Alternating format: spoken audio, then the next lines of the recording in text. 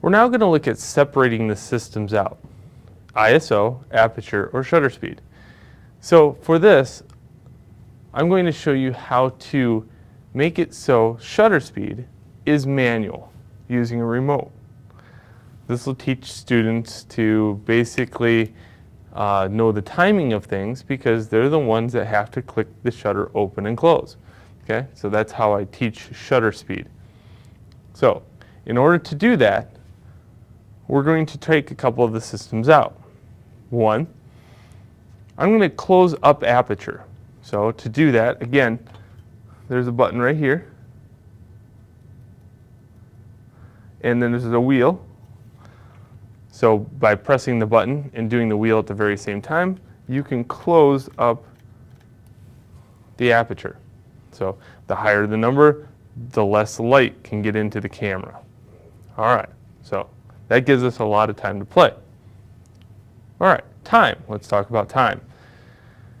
We're now going to go and hit the info button and go to the remote and make sure it's on remote. So you can page down using the up and down here. You want that one. Also, let's go to menu. Let's go to timers and auto lock and choose remote on duration.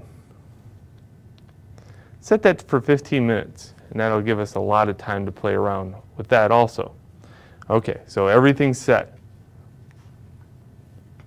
Let's go back to menu, the eye, and we should get back to the interface. Now, this is how it works. This is the infrared remote, which means it has to be in front of the camera in order to see the infrared.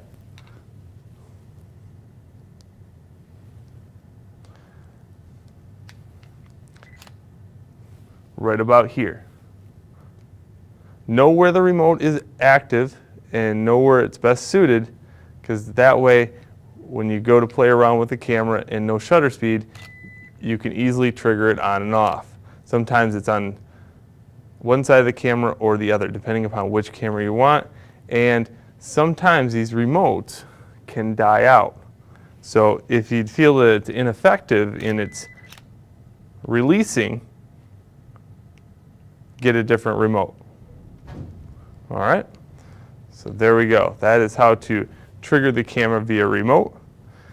And now that we know that, we can set this on time. Okay?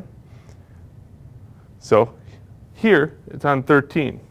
What we're going to do is we're going to back it all the way down to time. Now when I hit the remote, open, close.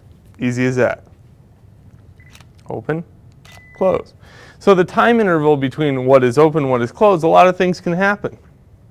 And we're going to see that in the next video. So this is setting up long-range exposure, that's what it's sometimes called, or remote on duration for your camera. Enjoy.